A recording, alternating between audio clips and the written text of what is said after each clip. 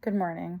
I would like to discuss with you the proper reasons for vaccination.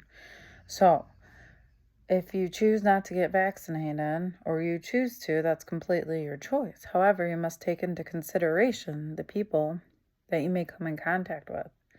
For example, if I'm vaccinated for the flu, then I'm good to go anywhere.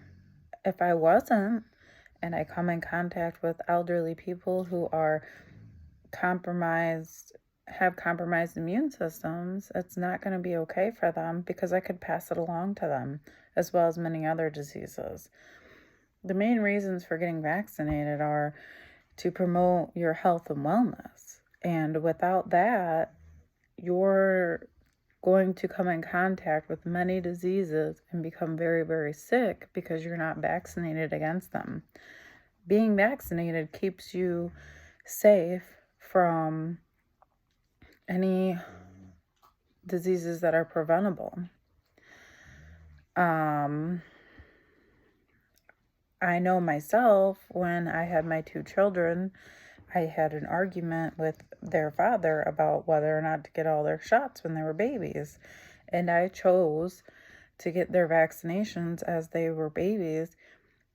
I wasn't worried about them getting hurt and things like that, but I just knew that by preventing them from getting these diseases as they aged was the best thing I could do for them, I thought, as a mother, which has shown me time and time again that because they were vaccinated, they are no longer at risk for mumps, measles, or any of the other diseases that are preventable, which are very, very many.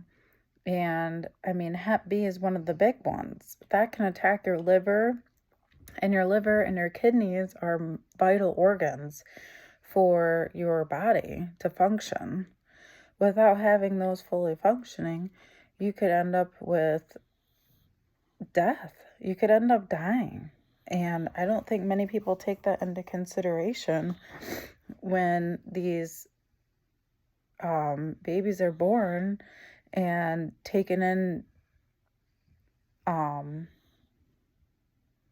not taken in, but I should say, when these babies are born, there are options. Either you can or not. And for me, I chose to because I didn't want anything to hurt my children as they got older.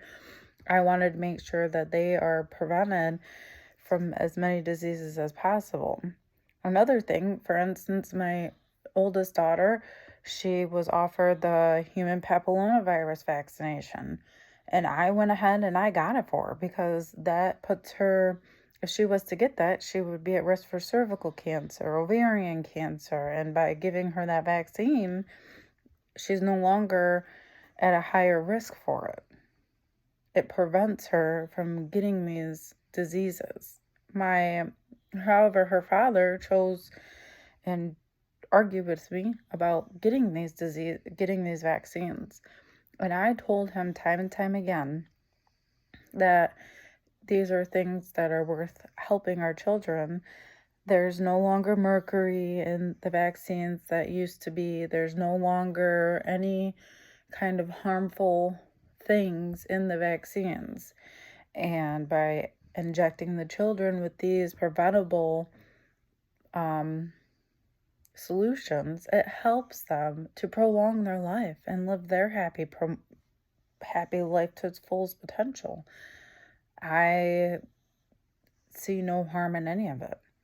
I was reading in the one of the sites I was researching, and it said something about how a 5-year-old boy who did not receive his flu vaccine every 6 months like he should have ended up contracting the flu. He died 10 days later.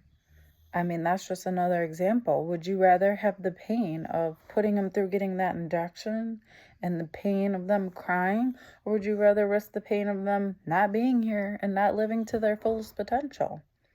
So I chose, and always will choose, for my children to be vaccinated so that way they can live their long, happy life.